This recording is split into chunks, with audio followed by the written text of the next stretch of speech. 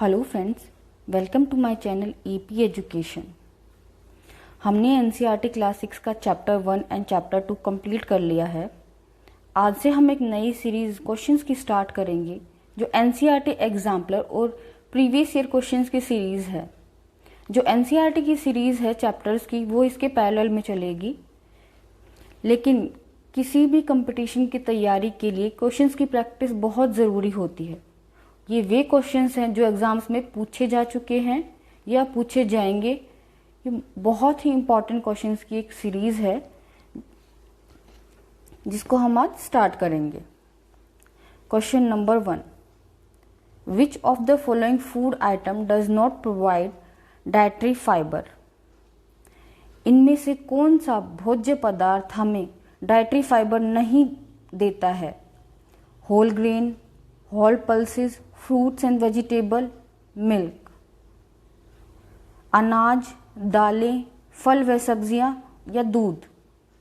जैसा कि हमने चैप्टर में पढ़ा था कि डाइटरी फाइबर जो होते हैं वो हमें अनाज, दालों, फल व सब्जियों से मिलते हैं, लेकिन दूध जो है वो हमें किसी भी तरह का डाइटरी फाइबर नहीं देता है। It provide protein and calcium. दूध हमें प्रोटीन व कैल्शियम प्रदान करता है। Which of the following sources of protein is different from others? इनमें से कौन सा एक प्रोटीन का सोर्स दूसरों से अलग है? पीज, ग्राम, सोयाबीन, कॉटेज चीज। मटर, चना, सोयाबीन, कॉटेज चीज और पनीर। जैसा कि हमने देखा है कि ये सारे के सारे ही प्रोटीन के सोर्सेज हैं, लेकिन पीज, ग्राम और सोयाबीन जो है वो प्लांट सोर्स है, जबकि कॉटेज चीज और पनीर जो है वो एनिमल सोर्स है। ये ऊपर वाले जो 3 ऑप्शंस हैं ये हमें प्लांट से मिलते हैं, बट जो डी कॉटेज चीज है ये हमें जानवरों से मिलता है। तो इसमें यही पूछा गया है कि कौन सा डिफरेंट है, तो इसका आंसर हो जाएगा कॉटेज चीज और पनीर। विच of the following nutrients is not present in milk? इनमें से कौन सा एक पोषक तत्व दूध में नहीं पाया जाता? Protein, vitamin C, calcium, vitamin D.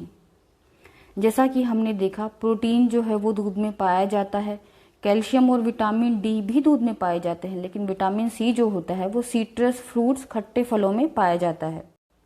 Read the food item given below. Wheat, ghee, ionised salt, spinach. Which of the above food item are energy giving food? ऊपर जो फूड आइटम दिए गए हैं इनमें से कौन से एनर्जी गिविंग फूड हैं जो कि हमें ऊर्जा प्रदान करते हैं, जिसको खाने से हमें ऊर्जा मिलती है? जैसे कि हमने चैप्टर में पढ़ा था कि energy giving food are carbohydrate and fat. और व्हीट, गेहूं जो है वो एक कार्बोहाइड्रेट है, जबकि घी जो है वो एक फैट है। तो 1 और 2 आर करेक्ट, और ये दोनों जो हैं ये हमें ऑप्शन नंबर 3 में मिल जाते हैं। So option number 3 is correct. Read the following statement about deficiency disease. They are caused by germs. जो deficiency disease है वो germs से होती हैं। They are caused due to lack of nutrients in our diet. They can pass one to another person through contact, or they can be prevented by taking a balanced diet. Which pair of statement best describe a deficiency disease? ऊपर कुछ statements दी गई हैं, इसमें से हमें बताना है कि डेफिशिएंसी डिजीज के लिए कौन सी स्टेटमेंट बेस्ट है। They are cause by germs, नहीं, डेफिशिएंसी डिजीज जर्म से नहीं होती। They are cause due to lack of nutrients in our diet, हाँ, डेफिशिएंसी डिजीज जो होती है वो न्यूट्रिएंट्स की कमी की वजह से होती है। Option C is they can be passed one to another person through contact. ऐसा भी हमने कुछ भी नहीं पढ़ा, डेफिशिएंसी डिजीज एक पर्सन से दूसरे पर्सन के कॉन्टैक्ट से नहीं होती। They can be prevented by taking a balanced diet.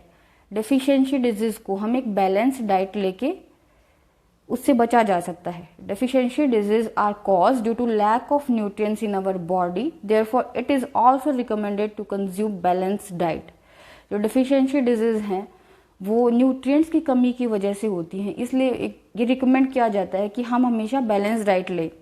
तो second and fourth one is correct. Second and fourth one is correct, and this is given in option number 3. Given below are the steps to test the presence of protein in a food item. Take a small quantity of food item in a test tube. Add 10 drops of water to it and shake it. Make a paste of or powder of food to be tested. Add 10 drops of caustic soda solution to the test tube and shake well. Add 2 drops of copper sulfate solution to it. Which of the following is correct sequence of the steps? ये जो नीचे steps दिए गए हैं ये protein test के steps हैं, हमें इनको अरेंज करना है एक करेक्ट सीक्वेंस में। तो प्रोटीन टेस्ट के लिए सबसे पहले हमें मेक ए पेस्ट और powder of food to be tested, that is ये सेकंड ऑप्शन में दिया गया है। सबसे पहले हम जो भी फूड आइटम है उसका पेस्ट या पाउडर बनाएंगे। Take a small quantity of food item in a test tube and add 10 drops of water to it and shake it. थोड़ी मात्रा में जो फूड है उसको हम टेस्ट ट्यूब में ले लेंगे, उसमें 10 ड्रॉप्स वाटर के डालेंगे और उसको शेक करेंगे। Add 2 drops of copper sulphate solution to it, उसके बाद में हम 2 ड्रॉप कॉपर सल्फेट सॉल्यूशन के डालेंगे। Add 10 drop of caustic soda solution to the test tube and shake well. 2, 1, 4 and 3, this is correct order and this is given in option number 2. So option number 2 is right answer. Fill in the blanks. Question number 7 में fill in the blanks दिए गए हैं। ये multiple choice question की तरह भी पूछे जाते हैं बहुत सारे एग्जाम्स में, तो हम इनको भी करेंगे। Dash is caused by deficiency of vitamin D. Vitamin D की कमी की वजह से कौन सा रोग होता है? रिकेट्स। रिकेट्स जो है वो विटामिन डी की कमी की वजह से होता है। Deficiency of dash cause a disease known as beriberi. कौन से विटामिन की कमी की वजह से बेरी बेरी रोग होता है? Vitamin B1। B1 की कमी से बेरी बेरी रोग होता है। Deficiency of vitamin C cause a disease known as scurvy. Vitamin C की कमी की वजह से स्कर्वी नामक रोग होता है। Night blindness is cause due to deficiency of vitamin A in our food. Night blindness नामक रोग जो है वो विटामिन ए की कमी की वजह से होता है। क्वेश्चन नंबर 8 भी फिल इन द ब्लैंक्स ही हैं, लेकिन ये एनसीईआरटी एग्जाम्पलर में दिए गए हैं तो हमारे लिए बहुत इंपॉर्टेंट हो जाते हैं। तो इनको भी एमसीक्यू बना करके एग्जाम्स में पूछा जाता है और पूछा जा सकता है, इसलिए हम इनको भी करेंगे। Egg yolk is rich in blank and egg protein is rich in blank. Egg yolk is rich in fat whereas egg albumin is rich in protein. जो अंदर का पार्ट होता है एग का उसमें फैट होता है, जबकि जो बाहर का जो पार्ट होता है वो होता है protein. Deficiency disease can be prevented by taking a balanced diet. Deficiency disease से एक बैलेंस डाइट लेके बचा जा सकता है। Eating too much of fat rich food may lead to a condition called obesity. बहुत ज़्यादा फैट खाने से मोटापा हो सकता है।